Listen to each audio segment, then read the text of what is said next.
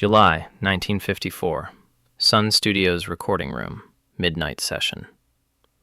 Elvis Presley stands at the center microphone, 10 men watching from chairs arranged in a circle around him. Sam Phillips in the control room, Scotty Moore and Bill Black holding their instruments. Session musicians Phillips called in to witness this. They've been here 4 hours. 15 takes of ballads, all terrible. Phillips almost sent everyone home an hour ago. The cracked acetate that cost Elvis $3.98 sits in Marion Keisker's desk drawer, the one Phillips rejected 11 months ago, the one 15 other producers threw back at him. His mama's wedding ring still at the pawn shop. "One more take," Phillips said. "One more chance." Elvis loosens his collar, picks up his guitar. "What are you doing?" Phillips will ask in 90 seconds. "Just messing around," Elvis will say, and everything changes. Right now, in this room, nobody knows it yet. One voice, one accident, one moment. The biggest star in history is about to happen. Memphis, 1953. Elvis made $35 a week driving a delivery truck for Crown Electric Company. He lived with his parents, Vernon and Gladys, in Lauderdale Courts, a public housing project where rent was $35 a month. Every night after his route, he'd sit in his truck outside Beale Street, windows down, listening to WDIA, the black radio station playing blues, gospel, rhythm nobody else was touching. Then he'd flip to WSM for the Grand Ole Opry, soaking up every style, every sound. He grew up dirt poor in Tupelo, Mississippi, moved to Memphis at 13 with nothing. But he had a voice, and Gladys told him every morning before he left for work, "Make something of that voice, baby." On the kitchen table one Saturday morning, crumpled dollar bills, 3 singles and 98 cents in change. 11 weeks of lunch money saved. Enough for one session at Memphis Recording Service, the storefront Sam Phillips ran inside Sun Studios. Hunger makes you reckless. Desperation makes you great. Summer, 1953. Sticky July afternoon. Elvis walks into 706 Union Avenue, carrying that $3.98 like a lottery ticket. Marion Keisker sits at the front desk, Sam Phillips in the control room cutting an acetate for Howlin' Wolf. The smell of cigarette smoke, machine oil, the hum of tape reels. Elvis pays his money, walks into the small recording booth. Marion sets up the microphone, hits record. He sings "My Happiness," an old Ink Spots ballad, voice shaking with nerves. Then, that's when your heartaches begin. The acetate machine cuts the grooves while he sings. One take, no second chances for $3.98. When he finishes, Marion writes in the studio ledger, "Good ballad singer, hold." Standard procedure, she keeps a copy, gives Elvis his. Phillips barely glances up from the Wolf session. Later, people would ask Phillips when he first heard Elvis. He'd say, "The moment I heard that voice, I knew." The truth. Phillips didn't remember Elvis at all. Threw his studio copy in a box with 50 other demos from singers he'd never call back. Elvis left with his acetate in a manila envelope. Marion's copy sat in a cardboard box on her desk. That forgotten disc would sit there for 11 months. Fall 1953 into spring 1954. Elvis keeps driving the Crown Electric truck, keeps listening to the radio, keeps calling Sun Studios. 6 times Marion answers, "Not yet, honey. We'll call you when something comes up." Meanwhile, Sam Phillips is hunting for something specific. He tells everyone who will listen, "If I could find a white man with the Negro sound and the Negro feel, I could make $1 billion." That quote would become legendary, spoken in late 1953, right when Elvis's demo sat gathering dust in Marion's cardboard box. Elvis doesn't know Phillips is looking for exactly what he has. He thinks he failed. In December 1953, he almost quits music entirely. Gladys pawns her wedding ring again, $15 at the pawn shop on Beale Street. Elvis uses it to pay for a second session attempt. He records 2 more songs. Same result. Marion keeps a copy, Phillips forgets. The pawn ticket stays in Elvis's wallet all through winter and spring. Every time he opens it, there it is, proof his mama believed more than the industry did. Sometimes the answer is waiting while you think you've been rejected. By June 1954, Marion has 3 Elvis demos in her desk. Phillips hasn't listened to any of them twice. June 1954, late afternoon heat. Marion plays Elvis's first disc for Phillips again. She's been doing this for months whenever he's in a decent mood. Phillips listens 30 seconds, shakes his head. Too country, Marion. The boy's got a nice voice, but it's too country. Marion doesn't give up. He's got something, Sam. I'm telling you. Phillips needs a demo singer for Without You, some song a local writer once recorded. He tells Marion to call the kid. July 5th, 1954. Elvis shows up at Sun Studios with his acoustic guitar, hands shaking. Phillips introduces him to Scotty Moore, a local guitarist, and Bill Black, an upright bass player. They run through Without You 15 times. Every take, Elvis sounds stiff, nervous, trying too hard to impress. Phillips sits in the control room, hand on the phone, ready to call it off.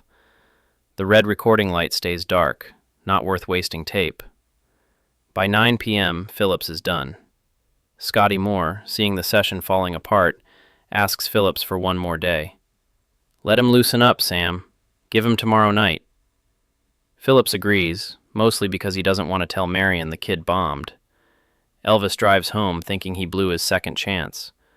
The next 24 hours would change everything. If you think you know where this is going, you don't.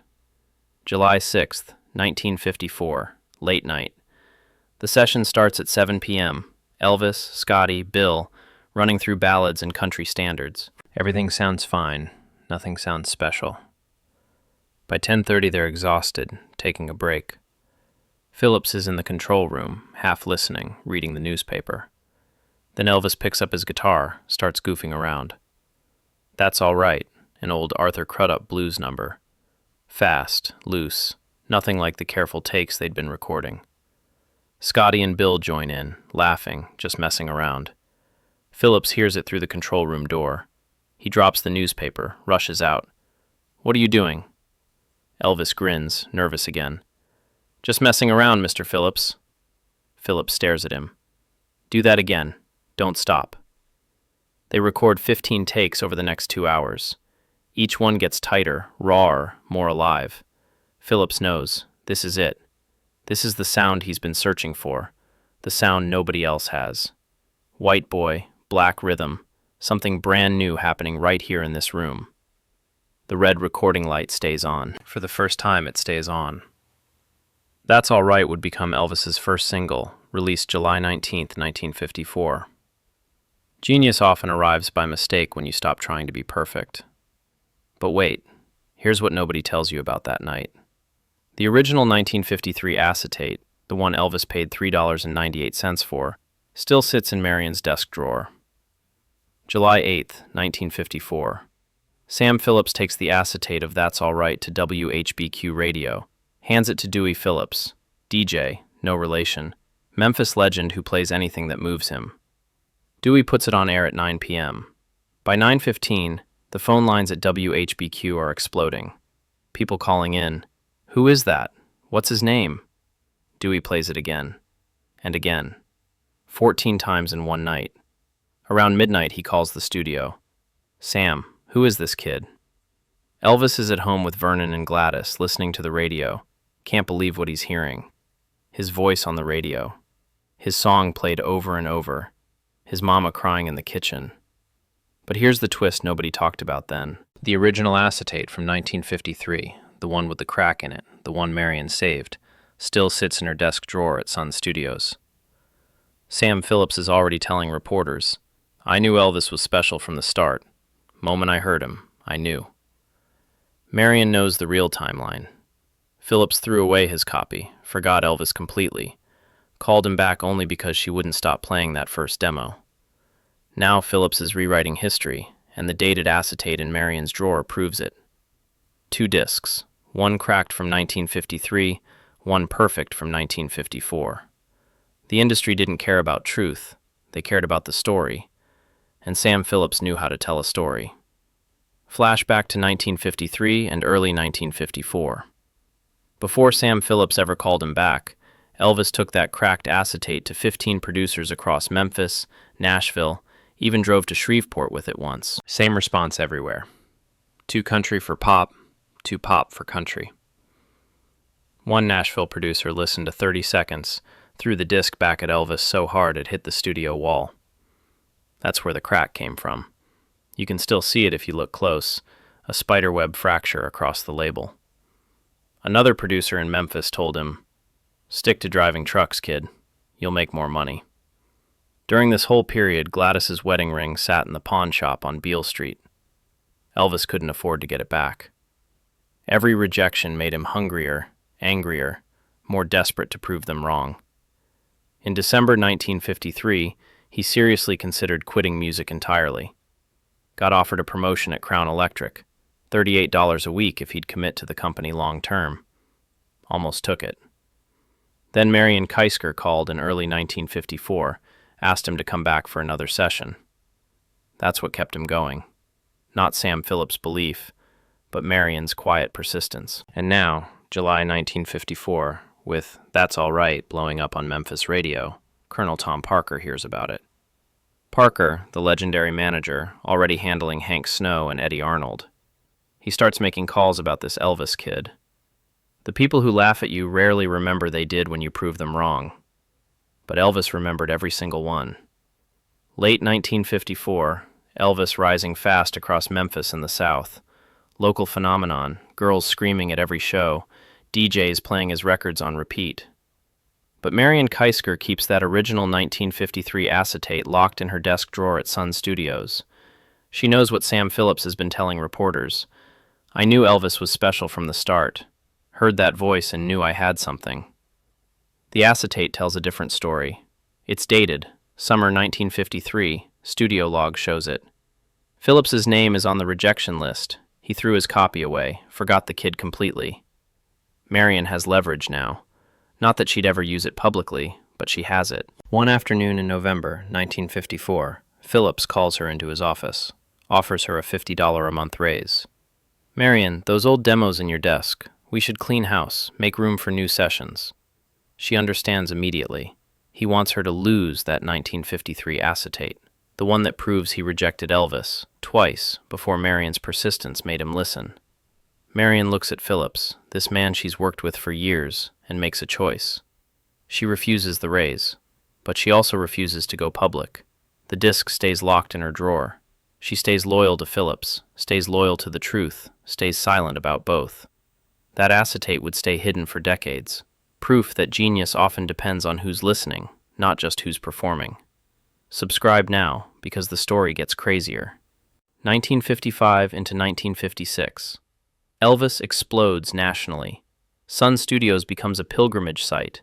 Every aspiring singer in the South wants to record where Elvis recorded. In November 1955, Sam Phillips makes the deal that would define both their legacies. Sells Elvis's contract to RCA Victor for $35,000. At that time, the biggest contract in music history. Elvis gets $5,000 as a signing bonus. First thing he does, drives to Beale Street, walks into the pawn shop, pays off his mama's wedding ring, tears the pawn ticket in half right there at the counter. Gladys cries when he puts it back on her finger. By 1956, Elvis buys Graceland, the Memphis mansion that would become his kingdom. Colonel Parker is building the myth now, carefully crafting every interview, every press release. Sam Phillips discovered Elvis immediately, knew he was a star from the first note. Marion Keisker says nothing. The original acetate still sits in her possession. She took it when she left Sun Studios in the late 50s. She could expose the whole narrative, prove Phillips rejected Elvis twice. But what would that accomplish? Elvis is a star. Phillips is a legend. The music industry runs on stories, not timelines. History belongs to whoever tells it first, not whoever lived it. Marion stays silent, loyal to the success she helped create, even if nobody remembers she created it. The 1960s. Elvis transitions from revolutionary rocker to movie star, global icon. 17 films between 1960 and 1969. The kid from Lauderdale Courts now owns mansions, cars, his own world. Meanwhile, music historians start asking questions. When exactly did Sam Phillips discover Elvis? What was that first session like? The The stories don't quite match up. Phillips says one thing in interviews, knew he was special instantly, but the timeline shows something else. Marion Keisker, now working at Armed Forces Radio, gives occasional interviews. She hints at the truth but never fully reveals it. I kept some of Elvis's early demos, she says in a 1967 interview. They tell an interesting story. Reporters don't follow up. They want the clean narrative, genius recognized immediately, star born in one magical session. Elvis, in his own interviews, credits Sam Phillips endlessly. Sam believed in me when nobody else did. Technically true, but incomplete. 3 people telling 3 different truths. Phillips: I discovered him instantly. Marion: I kept pushing Sam to listen. Elvis: Sam gave me my shot. All accurate, all incomplete. The cracked acetate from 1953, the one with Elvis Presley, My Happiness, written on the label, sits in Marion's personal collection. The truth would only emerge after all 3 of them were gone. You think this story ends with fame and glory? Wait. August 1977. Elvis dead at 42. Graceland bathroom, prescription pills, and a weak heart. The world mourns. Among his personal possessions, found in his bedroom, an acetate copy of My Happiness. Not the cracked one, his own copy from that first 1953 session. He'd kept it his entire life, never spoke about it publicly, never showed it to reporters. Just kept it close, reminder of where he started. In the 1980s, Marion Keisker donates her collection to Memphis Music Archives. The cracked 1953 acetate goes with it, the one the Nashville producer threw back at him, the one Phillips threw away, the one Marion saved. Archivists examine it. The crack is still visible, running through the label like a scar. The date confirms everything, summer 1953, 11 months before That's All Right. Physical evidence that Elvis was rejected long before he was discovered. The disc sits in a climate-controlled case now, preserved for history. The crack preserved too, proof that failure comes before triumph, always. That's All Right changed music history, but My Happiness showed what it cost to get there. The evidence of failure becomes proof of destiny only in hindsight. If you'd told Elvis in July 1954, standing outside Sun Studios at 2 a.m. with that cracked disc, that he'd become the biggest star in history, he wouldn't have believed you. What the acetate proved, talent alone didn't create Elvis. Required Marion Keisker's instinct when Sam Phillips heard nothing. Required Scotty Moore's patience when Phillips almost canceled the session. Required Elvis's desperation, 15 rejections that made him hungry enough to take any chance, any hour, any song. If Phillips had accepted Elvis in summer 1953, played it safe with ballads and standards, Elvis might have become just another regional singer. The rejection refined him, sharpened the need, built the pressure that exploded in That's All Right. Marion Keisker never claimed credit, never wrote a book, never sued for recognition. She gave interviews occasionally, always modest, always deflecting. Died in 1989, age 73. Obituary running in the Memphis Commercial Appeal. Small mention, mostly forgotten. Meanwhile, Sam Phillips's legend grew larger every year. The man who discovered Elvis, who created rock and roll at Sun Studios, who changed music forever. All true, all incomplete.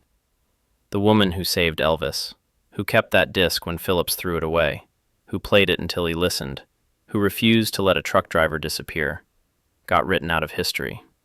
That's the cost nobody talks about. The price of being the person behind the person who gets remembered. Today, Sun Studios still stands at 706 Union Avenue, Memphis. Tour guides walk groups through every day, telling the story. This is where Sam Phillips discovered Elvis Presley, knew he was special from the first note. The original acetate sits in the Smithsonian now, on loan from Memphis Music Archives. Climate-controlled glass case, museum lighting, the crack visible if you look close. The label still reads in careful handwriting, $3.98, Elvis Presley, My Happiness. The disc that 15 producers laughed at. The disc Sam Phillips threw away. The disc Marion Keisker saved. Elvis's mama's wedding ring, back at Graceland Museum now, never pawned again after 1956. The ring Gladys pawned so her son could chase a dream that everyone said was impossible. In 1987, 2 years before she died, Marion Keisker gave one final interview. Asked about Elvis, she said, "I just knew the boy had something. Nobody else heard it, but I did." The interviewer asked what she heard. She smiled. Need. Real need. That's rarer than talent. The cracked acetate sits under museum lights, the fracture preserved like a battle scar. The difference between forgotten and legendary is often one person who refused to throw you away. That's the lesson. That's what the crack means now.